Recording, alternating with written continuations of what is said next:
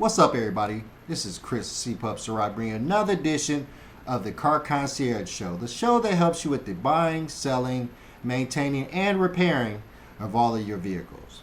On today's show, we're going to touch on a couple of more topics than we standardly touch on, but they're all going to culminate into the main topic.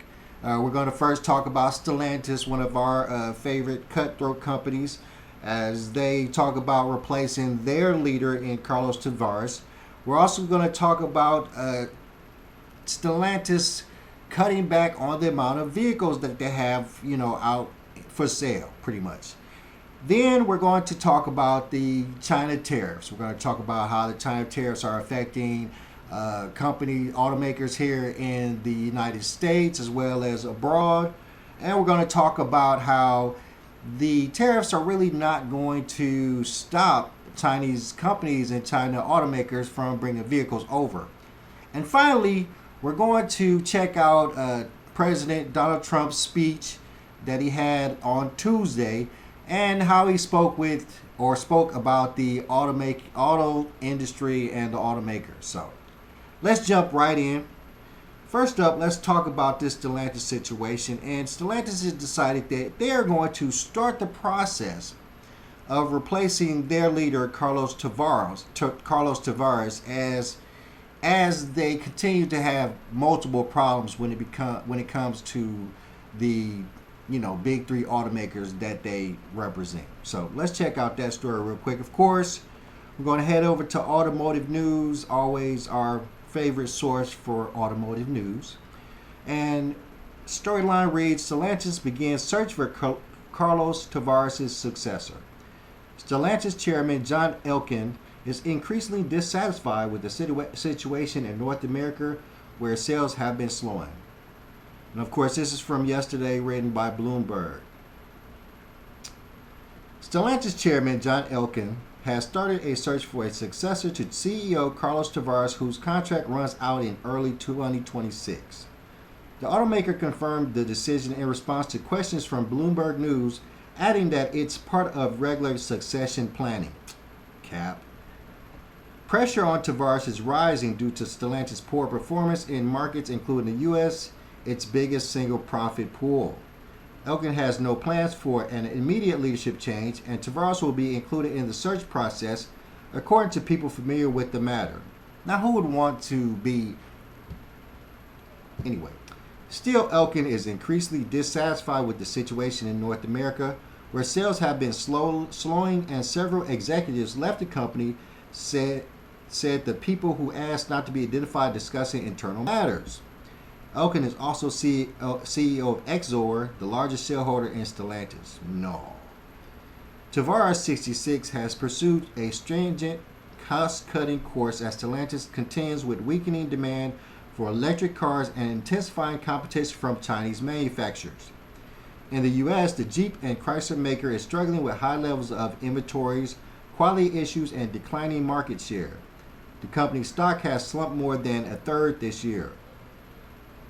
Succession planning. It's normal for the board to start looking into succession planning given the CEO's position's importance, without this having an impact on future discussions, as there is still the possibility of Tavares staying on longer, a Stellantis spokesperson said. A spokesperson for Exor declined to comment because it's all cap. Because you have to understand that why would you be looking for a successor if the person who is in the position is succeeding?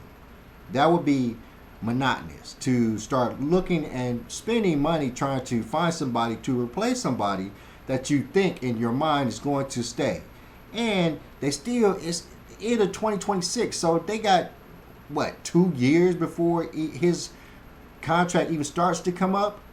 There's a whole bunch of malarkey. Earlier this month, leaders of Stellantis U.S. dealer network criticized Tavares for presiding over a rapid degradation of the automaker's brand that also include Ram and Dodge, urging him to spend more money to clear old inventory off their lots. The company also faces the possibility of more strikes in the U.S. and Italy in coming weeks. Fixing the U.S. issues would be a top priority for Stellantis until the end of this year, Chief Financial Officer Natalie Knight said on September 23rd adding that the company is working hard to find solutions that satisfy all stakeholders, including dealers. Stellantis recently pledged to invest more than $406 million in 3 Michigan sites. Yeah, right. Selling brands. Still, Tavares has been demanding additional budget cuts to protect profitability, stoking worries that his aggressive efficiency push may ultimately endanger longer-term projects and revenue flows, the people said. Tavares has been cutting jobs and slashing capacity at American factories since a plunge in the U.S. sales sliced first half earnings nearly in half. He is selling more assets and floated the possibility of shedding one or more of the group's 14 brands to protect profits. Yes, they're going to sell more than just one of the brands. We know this to be true. Stellantis board of directors is due to meet in the U.S. on October 9th and 10th to evaluate plans but put in place to turn around the business in the region, the people said. Tavares won praise for his efficiency drive in the years following the 2021 merger of Fiat Chrysler and France's PSA because it made the group leaner, bolstering returns. In the months following the pandemic, Stellantis benefited from pent-up demand and high vehicle prices, with the shares peaking 6 months ago. In July, the automaker reported a 48% slump in first half net income. The economic prospects of the automotive sector required that investments be reviewed with the objective of focusing on those that represent a maximum contribution to customer satisfaction to the performance of the company without any compromise on compliance with regulations, in particular CO2, the Stellantis spokesperson said. Whole bunch of malarkey. I'm sorry. And that's probably why the person who gave them the information didn't give their name or want to be mentioned in this article. But the truth is that Stellantis sucks, and they've been sucking for a long time. They've been brought in to destroy Chrysler, Dodge, Jeep, and they've done a damn good job of it. We're going to lose the Scat Pack. They're turning all our cars that we loved as old car heads that love gas and diesel and noise are going to be pissed off, and they're getting rid of all of our cars. It's like damn near a woke moment where they're trying to turn everything into something else and get rid of everything that we used to love. So a lot of us are going to fight this. A lot of people are losing jobs. Lots of people have lost so many jobs over in Michigan, so many jobs all across the world about this situation. This Tavares, and I can't even blame Tavares. I think this was happening before Tavares. So he's just in line to be the next scapegoat, but of course he is going to benefit greatly from this. He is not going to have any problems financially because of this. We know this to be true. And he's going to have 2 years. He's going to make a lot of money. And at the end, he's going to get out. They're going to blame everything on him. And they just going to not take accountability for nothing. And by that time, all of these companies will be destroyed. They'll be owned by BYD. All right, let's keep moving. So, we're going to stay with Stellantis because you know it's my favorite subject. All right, so Stellantis CFO says automaker will cut 100K vehicles from inventory by 2025. This is by Eric D. Lawrence from the Detroit Free Press, and this is from Monday, September 23rd. Excess vehicle inventories have been a problem for Stellantis this year, but the company also has ambitious profit goals. But on Monday, Chief Financial Officer Natalie Knight said the company will cut inventories by 100,000 vehicles by the beginning of 2025. I just want to make it really clear that from my point of view, if we have to make a trade-off, getting ourselves clean for 25 is definitely going to be our top priority, she said during a conference call with Bank of America analysts for the 2024 European Autos and Future Car Virtual Conference. Knight told analyst Michael Jacks that the automaker, which owns Jeep, Ram, Chrysler, Dodge, and Fiat brands, had made a lot of progress in Europe and has begun to move to a better spot in the United States. The company had more than 430,000 vehicles on hand in the United States at the midway point of the year, she said. I think we're off to a solid start. We've taken it down by 40,000 in the months of July and August. We're going to continue to see reductions in September and throughout the year, she said. 10%, less than 10%. Knight's comments came as the automaker has been buffeted by a series of challenges related to sales and profit declines and open criticism from key stakeholders, including its U.S. dealers and the UAW. The dealers, in a letter to CEO Carlos Tavares this month, said they've been warning executives for more than 2 years that the direction that Tavares had set for the company, which they described as reckless short-term decision-making to secure record profits, would be disastrous. Stellantis improved in August, but not out of the woods. Knight, noting that when times are tough, you get friction everywhere, sought to emphasize a more optimistic view ahead. July was a very poor month, so hopefully that was a throw, and now you're seeing the movement up, Knight said, noting there are definitely improvements in August, but the company is not out of the woods yet. The company doesn't report U.S. sales monthly, but it had noted in response to letters from dealers that August sales were up 21% over July. Jacks called the U.S. sales picture last month encouraging, with Jeep growing for the first time in a long time and Ram down 15% but improving. Cap. Knight noted that the hard call had been made to reduce production by more than 100,000 vehicles in the third quarter, and that the company had cut prices on some newer models and looked at coupons or more consumer-facing activities for other models, and apparent references to incentives. Okay. So, it's a lot of hoopla and nothingness. They're not selling no cars. She's saying that they roughly sold 10% in 2 months of the inventory that they have in the entire United States. It's not a good thing. And what worries me, and what my ultimate problem, of course, is the reduction of production. They're going to reduce the production of by more than 100,000 vehicles, which means that they're going to have to cut the workflow in the factories, which means that they're going to cut more jobs. And that is my problem. You know how much I hate that. I already know too many of my friends or people that I know in Michigan that have already lost jobs or dealing with a cut in their, in their times, working part-time, all that kind of junk. And this, what they're saying here is they're going to do more of that because they don't want to produce as many cars anymore, because they're not selling as many cars anymore. Major issues. Major problems. I don't like it at all. She ain't saying nothing that I like, because this is just ultimately Stellantis and all these folks still digging into the back of our... This is a problem, guys. This is a problem. If they cut back on production, that cuts back on jobs at factories. That means layoffs. That means cut in time. It's Stellantis. I don't like Stellantis. I really, over the last couple of weeks, as I've been doing this show and I've been doing these reportings on the automotive industry and trying to stay biased, as it were, Stellantis has been proven to be a company that is destroying. It literally, and I say this so much, it looks like a complete corporate raider situation. They come in, they take over, they start cutting costs, they start cutting jobs, then they start selling all parts of the industry or the company to the point where it's of nothingness. And then they just get rid of it all.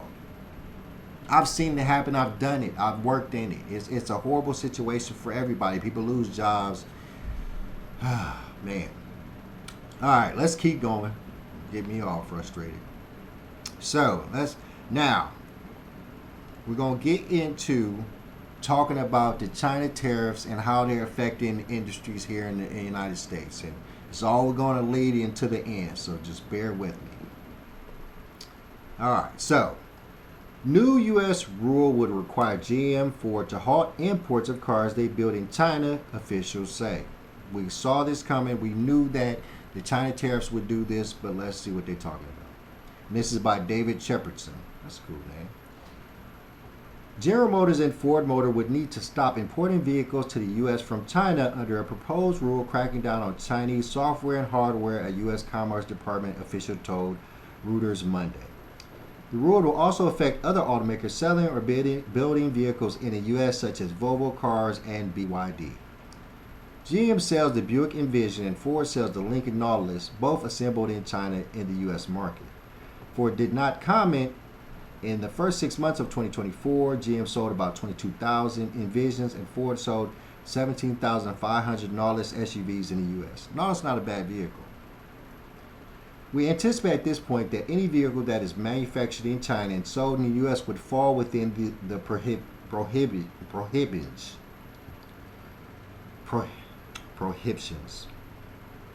I'm messing that word up.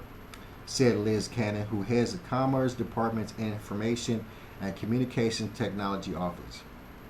Prohibitions. GM and Ford are aware, she added, that going forward, that production in China for the U.S. market would need to be shut down in China and moved elsewhere. GM did not address if it thought it would have to halt sales of the Envision, but added the government has an important role to set clear policies on security issues. Commerce said it would allow companies to seek a specific authorization to continue sales of vehicles or components. China's BYD North America, a unit of BYD which builds electric buses in Lancaster, California, could be impacted, the company did not immediately comment. We will have to work with them to better understand their supply chain, Cannon said. They'll have to come in for a specific authorization.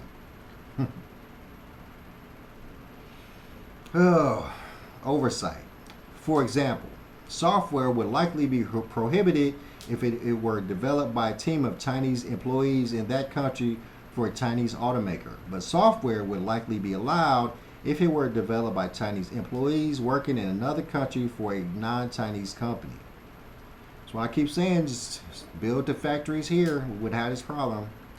Reuters reported in May 4 Chinese vehicles models are sold in the U.S., including the Polestar 2 and Volvo's S90 sedans. Polestar and Volvo are affiliates of Chinese automaker Geely. Cannon says she expects companies like Volvo will meet with Commerce to work with us to talk about ways that they could mitigate the risk, and we are open to that, and the AC could grant them an authorization. Volvo Cars said we are reviewing the proposal from the U.S. Commerce Department and analyze any potential impact it might have on U.S. and auto industry in the U.S. All right, so what did that article say, guys? All it said was we are going to have a lot of oversight when it comes to the China tariffs, and we're going to allow what we're going to allow, and then we're not going to allow what we're not going to allow. So just a lot more oversight. It opens up the United States to, them paying to get this done. Of course, oversight committee, so paying to have more people to oversee these things. It's just another way. It's just these tariffs are just another way for the United States to take control over automakers. And, oversight in some cases is not bad, but this it's just going to get hectic, monotonous, and then it's going to be a situation where people are going to use these tariffs just to make money. They're going to start having BYD North America pay a lot more money to produce over in Lancaster. And of course, and that's what tariffs are pretty much. That's what tariffs are meant to do.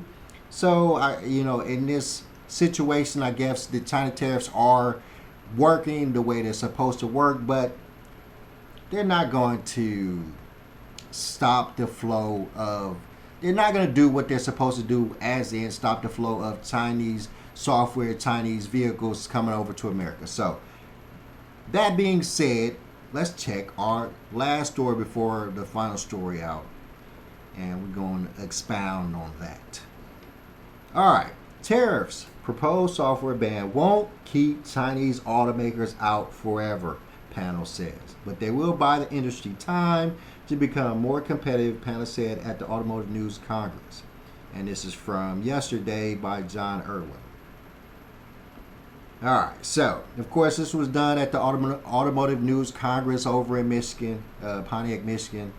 So, tariffs and proposed rules banning Chinese-made hardware and software won't keep China-based automakers out of the North American market indefinitely, but could buy companies in the region time to become more competitive with them industry experts said on a panel here at the Automotive News Congress on September 24th.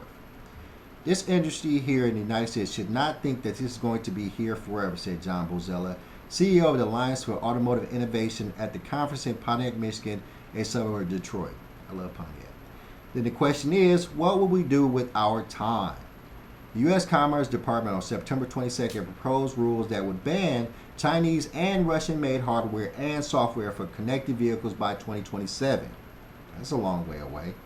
The news came after the Biden administration implemented a 100% tariff on Chinese electric vehicles. We talked about that not too long ago. The moves are aimed at addressing national security concerns and boosting the competitiveness of the North American auto industry in the face of the threat of imported and expensive Chinese EVs flooding the market, because they are going to flood. They're unlikely to keep Chinese automakers out of the region for long, as companies such as BYD eye Mexico as a location to open an assembly plant, Auto Forecast Solutions CEO John McCabe said. But they do give companies in the region the ability to become more competitive by building back brand loyalty and addressing issues such as range anxiety and the high cost of new EVs, he said. That is a big reason why I haven't bought an EV, because of range anxiety. I fear that I'll be driving my EV and it only have 250, 260 mile range, and I got places to go. This gives us time for manufacturers to not be complacent, McCabe said. If you build here, get competitive. The North American auto industry cannot directly compete for long with the enormous subsidies Chinese automakers receive from China's government, but tariffs and federal incentives provide the region with an amazing buffer to create more products that can go toe-to-toe with them, said Kate Klesic, Senior Managing Director of McClarty Associates. The appetite will not be there forever in Washington as these dollar amounts continue to go up, but this is a critical moment in the future of the sector, she said. All right.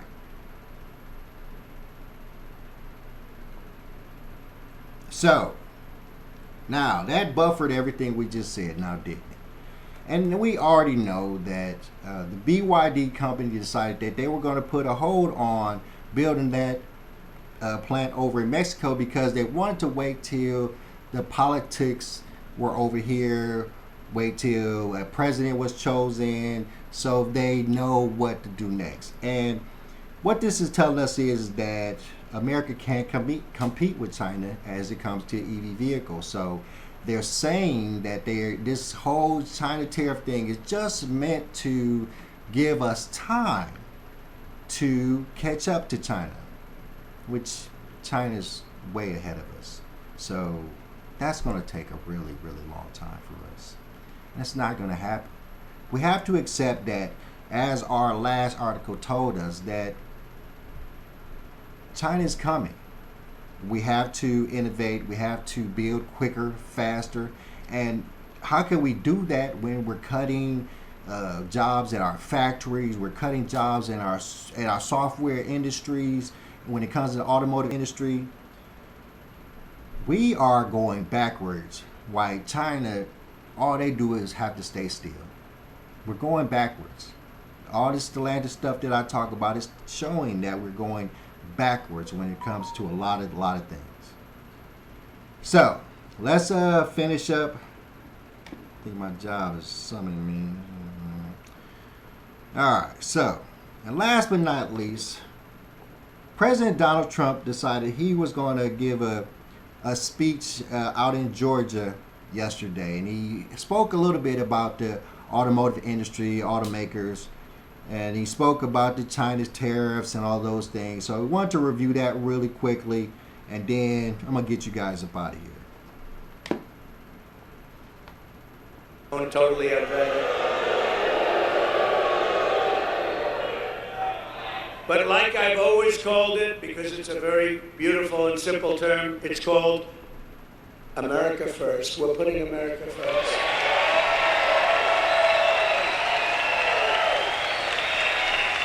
This new American industrialism will create millions and millions of jobs, massively raise wages for American workers, and make the United States into a manufacturing powerhouse like it used to be many years ago. We will be able to build ships again. We will be able to build airplanes at a much higher level again. We will become the world leader in robotics and every other field. The U.S. auto industry, which has been decimated over many, many decades, will once again be the envy of the planet. We're not going to accept all of these cars. They come in from every country, and it knocks out. You know, I was up in Michigan. We're doing very well in Michigan. By the way, we're doing very well in Georgia. We're leading by quite a bit.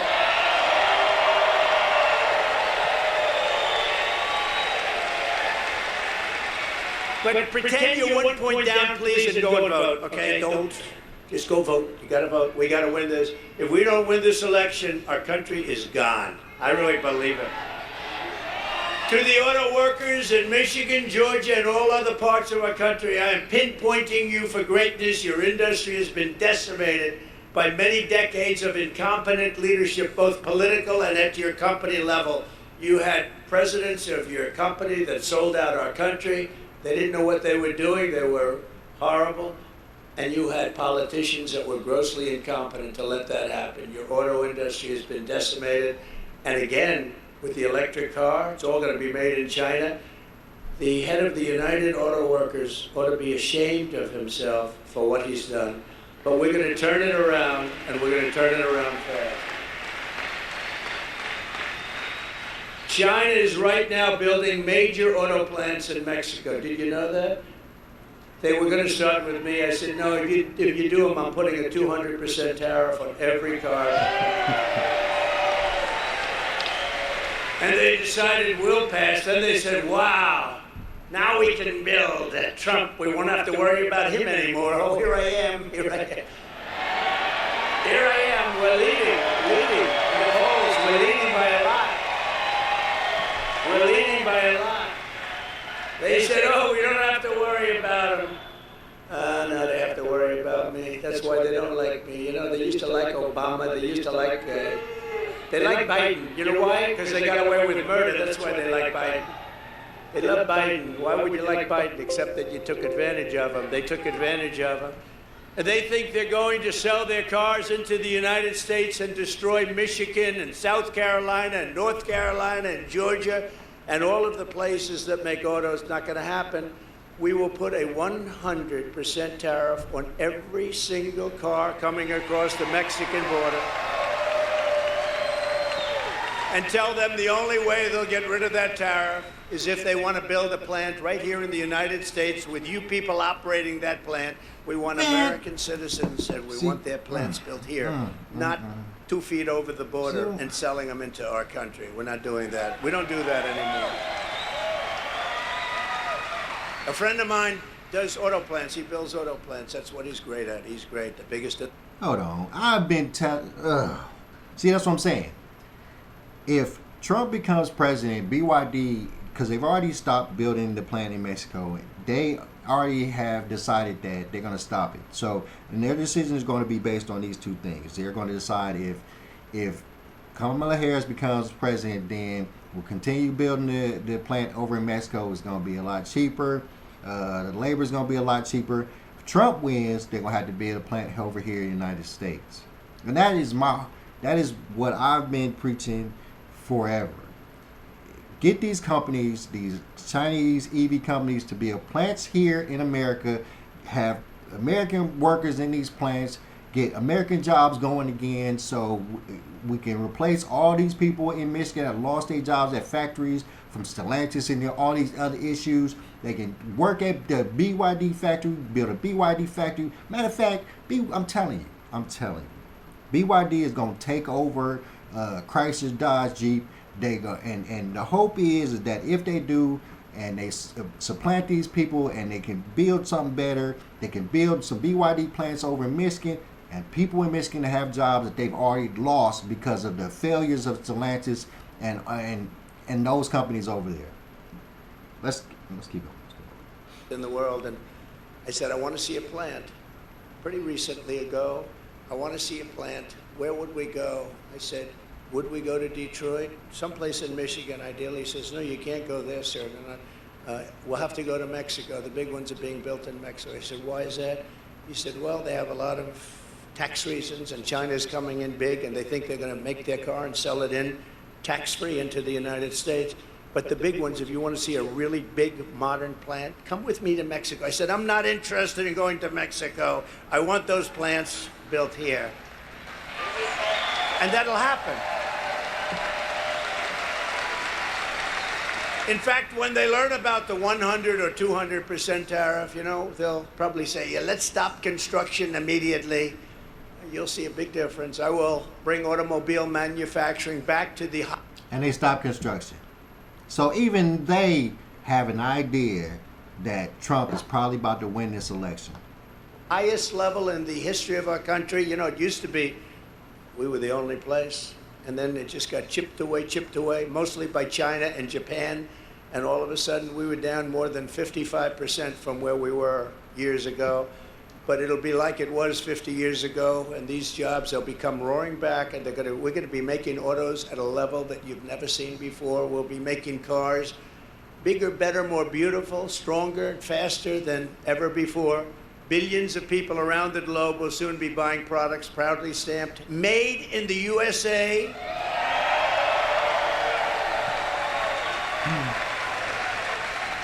Or if you prefer, if you have to do it, made in Georgia. You can do that. And they'll be exported through the port of Savannah. We had a little bit to do with that deeper port. Under my leadership, we helped deepen the port. You know that. We helped deepen the port once, and now I understand they want to do it again. And we will get in, and we will get that done very quickly. We'll work with your governor, and we're going to get that done very quickly. All right, so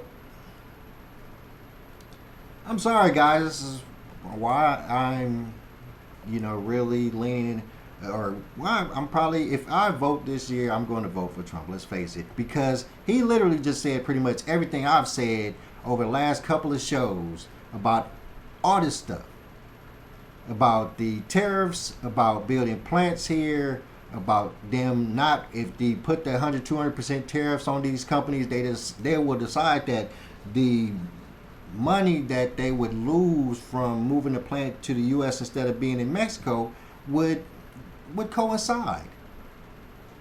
And it would be so good for us. We've lost so many jobs, specifically factory work, specifically automaker factory workers.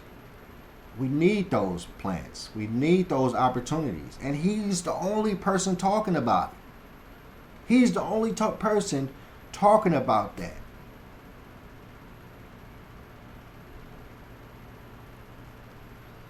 When I swear to you, if Kamala Harris comes out and she starts talking about this type of thing, I'm going to review it. Because this is what we do. This is Car Concierge Show. We talk about the automakers. We talk about cars. This is very important. We've lost way, way too many jobs when it comes to the automotive industry here. We have too much fear of the Chinese coming over here and taking up so much market share that the industries are making so many mistakes.